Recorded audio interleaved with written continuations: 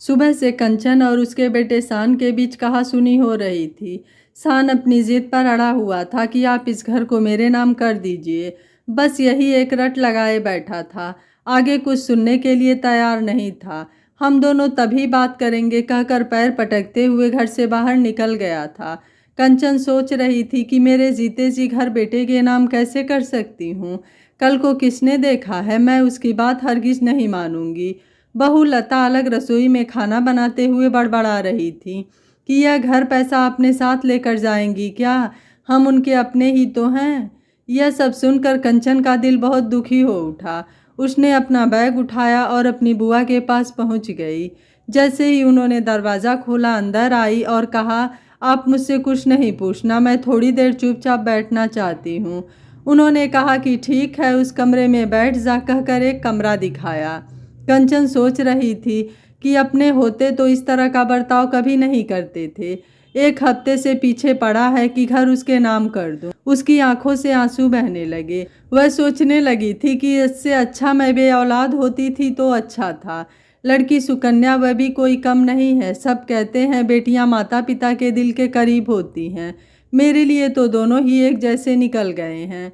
कंचन को ससुर की बातें याद आई थी। मरने के पहले उन्होंने कहा था कि कंचन बेटा, औलाद वही होता है, चाहे लड़की हो या लड़का, बिना किसी लालच के माता पिता की देखभाल अंत तक करे।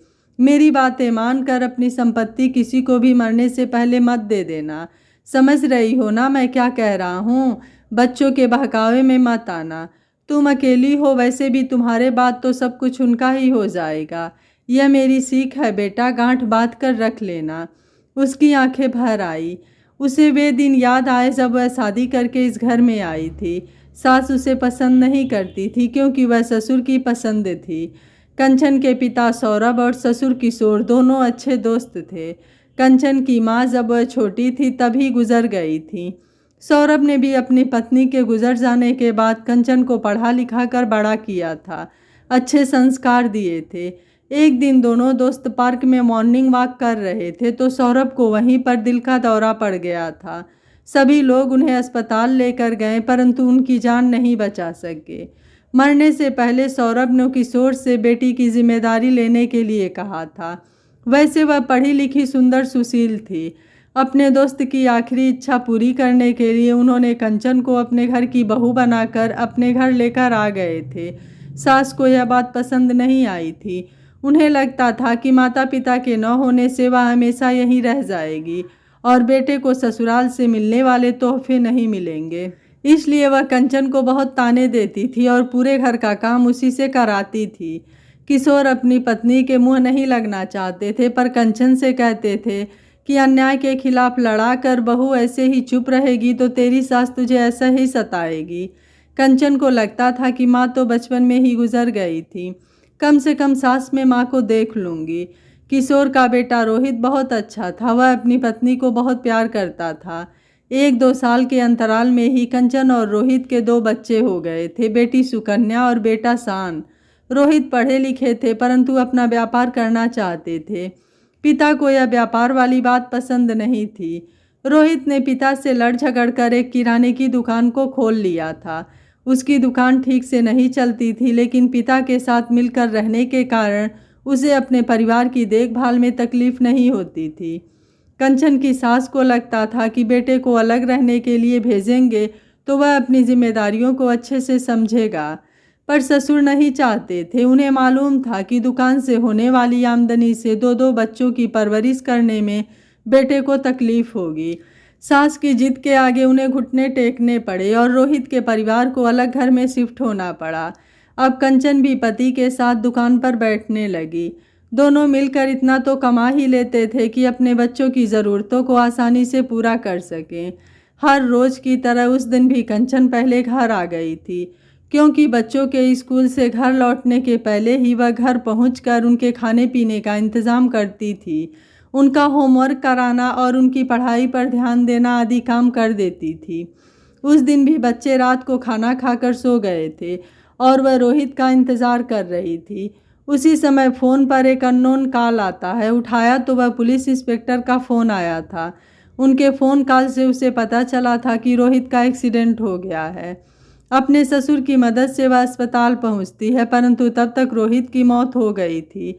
सास के मना करने पर भी किशोर कंचन और बच्चों को लेकर अपने घर आ गए थे। कंचन अभी भी दुकान संभाल रही थी, घर और बाहर की, तथा बच्चों और सास ससुर की जिम्मेदारियों को निभा रही थी। फिर भी कंचन को सास के तानों का सहना पड़ता था। इसी तरह साल बीतते गए, बच्चे भी बड़े हो गए थे और सास की मृत्यु भी हो गई थी। किशोर ने ही अपनी पोती सुकन्या की शादी धूमधाम से कराया था। आज की तारीख में वह अमेरिका में अपने पति के साथ मिलकर आराम से रह रही है।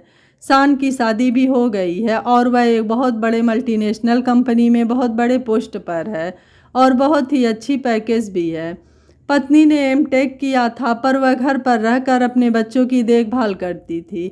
शान ने अपने पैसों से एक विला खरीद लिया था। उसका दोस्त अपना घर बेच रहा था, तो उसे लगा माँ के नाम पर जो घर है उसे बेचकर खरीद लूँगा। माँ है कि इस बात पर राजी नहीं हो रही थी। कंचन के ससुर ने उसे यह घर उसके नाम पर करते हुए कहा था कि बेटा, तुम नीचे के घर में रहना, ऊपर के 2 घर किराए पर हैं ना, उस किराए से तुम अपना गुजारा कर लेना। तुम्हें किसी के आगे हाथ फैलाने की ज़रूरत नहीं पड़ेगी। किसी के बहकावे में मत आना, बच्चों को मुँह में अपने पैरों पर कुल्हाड़ी मत मार लेना, कहते हुए वे गुजर गए।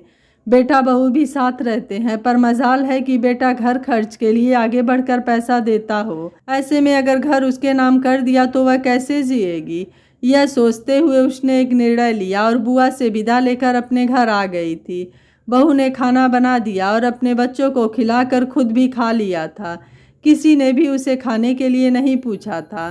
वैसे भी बुआ के घर में उसने नाश्ता किया था, इसलिए सीधे अपने कमरे में जाकर दरवाज़ा बंद कर लिया।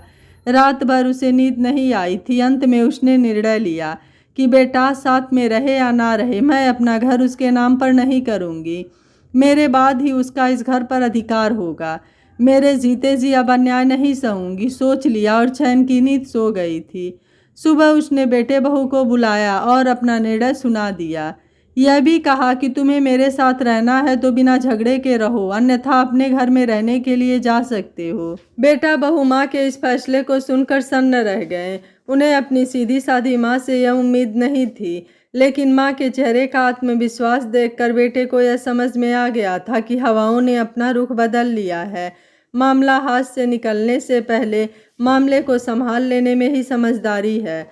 बहू ने कुछ बोलना चाहा, लेकिन बेटे ने उसे रोक दिया और अंदर कमरे में ले जाकर समझाया कि चुपचाप माँ की सेवा करो और उनका कहना मानो, इसी में भलाई है।